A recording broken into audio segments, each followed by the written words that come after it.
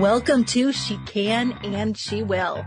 I'm Marianne, also known as the Country Mompreneur, and I'm joined by my co-host, Disa McAllister. We are moms, work-from-home experts, and we love helping women take control of their lives and see all the possibilities. On this show, you will learn from us as well as other women who kick butt in their lives and want to help you do the same. So sit back and get ready for some fun. Well, welcome back to She Can and She Will. We're being joined today by Michelle Steiner, disability writer, advocate, para-educator, all the things. Michelle, we're very interested in learning about your journey today. First, start with telling us a little bit about what your disabilities actually are. Sure. Thank you so much for having me too. Well, my name is Michelle Steiner. I have a learning disability. So I have I have dyscalculia. So that's difficulty with math. Anything number related isn't my friend. Yeah. I also have limited hand dexterity in both of my hands. So that affects my fine motor skills with being able to unlock doors, open things, close them. And I also have visual perception issues with my eye-hand coordination, but that's not in my eyes, that's in my brain. So it can make coordinating my body difficult, and I'm not able to drive.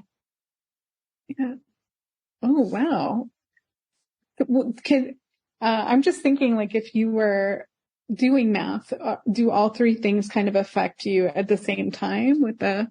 Yes, there are some things that we have started to see that a lot of that does has one effect with the other.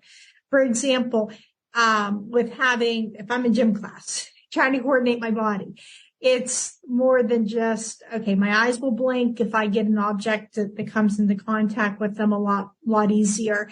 And then trying to figure out, where my body is in space. Do I go to the left? Do I go to the right? And counting out like beats of where I need to go, like how many seconds you might need to take for something. If you're playing a sport, that does that. Driving's another great example of that. Sometimes I wonder, is it more the visual perception or is it more the dyscalculia or that all together thing? Because somebody will say, go right. And I'll have to think for a second, and trying to coordinate the pedals and the steering wheel and, a lot of that together, and then watch out for everybody else on the road. And oh, yeah. Yeah. Yeah. So obviously you weren't doing math when you were a little kid, 2 or 3 years old. So when were you diagnosed? Like, they couldn't have known that, but when were they able to diagnose you? I was diagnosed when I was in kindergarten, and they did notice in preschool that I was starting to have some difficulties, but they didn't know as much as we do now. So my parents sent me off to kindergarten. I was their first child, and it was a struggle socially, and it was academically as well. I think that they could see a lot of my frustration. It was pretty evident. I can remember I would do a dot-to-dot worksheet, and I thought, I did a great job on this, and I got it back and it wasn't done correctly. And it was really hard for me from the beginning. What was the process of getting diagnosed like? I remember very little of my life before that, but I can remember the way it worked out was my teacher noticed there was a problem. With me learning, she had my parents, she told them about it. They consented to getting me tested at school. I don't remember very much. I don't even really remember getting tested, but I do remember afterwards, my parents saying that, you have a learning disability, you learn differently. You're going to have to repeat kindergarten in a different school. So that was hard for that young age to be able to wrap that around my head. Yeah. Yeah. Thinking differently. I think when you find out that you do think differently than the majority is always a little, yeah. Yeah. Yeah. So how, during a day-to-day operations, how does that affect your life? Well, I'm not able to drive, so I live in a central location, and my husband is great for taking me places too. He takes me to work during the day, so that helps out. Things such as if I'm in the kitchen and I'm cooking, I have to use an electric can opener, and we have a bottle opener because doing an analog, or a regular one, can opener, just a manual one doesn't really work for me very well with a lot of that. And my husband actually likes the bottle opener too. He's like, hey, this is really neat. So those things can be hard. It can be hard for me just with the executive functioning okay, I got to leave at this time and be there. I'm usually time blind and running out of the house. That can be something that can be difficult for me. It can also be really hard for me, at my job, if I have a new task to learn how to do, if I need to just some extra processing time. Luckily, I have a really great employer that understands what learning disabilities are, because I work as a paraeducator, so we have a lot of students that have them. So my staff kind of understands that, and they all know, do not ask me for help on math.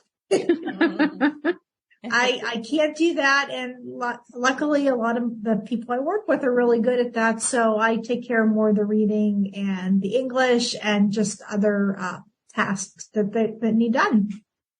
So you mentioned that you're a paraeducator. You're using your disability as a springboard to really make an impact. Can you tell us a little bit more about the work that you're doing as a writer and a paraeducator? Sure. One of the things that I love to do with both my jobs is I get that chance to go and help and make a difference for someone else that has a disability. If I'm at my work at school, I get that chance. It's so rewarding to go back there and just to be able to make a difference in the lives of those students. Sometimes it's like hearing a recording of myself. I worked with 7th graders last year. I hate my learning disability. I wish I didn't have an individual education plan. And I get that chance to tell them, well, it's not a bad thing to have a disability. And it's not even and here's why we have our individual education plan. And I even get to help them out with their spelling words or retest to them. And that's something that somebody helped me with a long time ago. And it's just a blessing to be able to get back. But I also understand what they're thinking. And I get to show them the skills that some things I would have had when I was younger. For example, advocacy is a really big one. I can remember we had a student in the beginning of the year that was really struggling in her class, and she was scared to ask her regular ed teacher for help. And this teacher is wonderful. He would come in during his plan periods, help out. We have a lot of great people we work with, but she was afraid. So I said, well, just go and ask him. And I said, here, I'll go with you. I said, here's how we ask. And we go over how to advocate for ourselves. As my job, when I have my own blog called Michelle's Mission. So what I do is I write a lot of articles about life with a learning disability, and I put elements of metaphors with nature and that to just kind of explain what a learning disability is, because a lot of people have a lot of misconceptions towards that. And I also put on my photography. One of the things that I'm able to do with my disability is I can bring out details in a flower that a lot of other people will miss. So if we're in the car, I'll be with my husband. I'll say, honey, did you see that flower? And he's like, no, I'm paying attention to the road. And if I don't have a ride or if I'm out on a walk, I get a chance to go back there and take that picture. And if I was in the driver's seat, that's something that I would miss. That's true. So it sounds like you're doing wonderful with the students. I'm sure the parents are equally as appreciative to have some help with the avocation of their kids. That can be so mind-blowing for a lot of parents. Yeah, definitely. So where can people go to learn more about you and read your blog and all of this? I'm on michellesmission.org, I just started another blog. So you can find me at Michelle's Mission, and I can I can give you the link for that. We'll add that in the show notes for everyone. And then one final question we like to ask is, what is one tip you would give people to inspire them today to get motivated on whatever journey they're on? One tip I would tell people to do is to know what they want to do and to just be able to go out there and keep finding a way to be able to do that. Awesome. With Michelle, thank you so much for joining us today. Thank Thank you so much for having me. I appreciate it. Thank you for listening. She Can and She Will is a Country Mompreneur production. Audio mix by Marianne. Research by Disa McAllister. To learn more about this and other Country Mompreneur productions, visit thecountrymompreneur.com.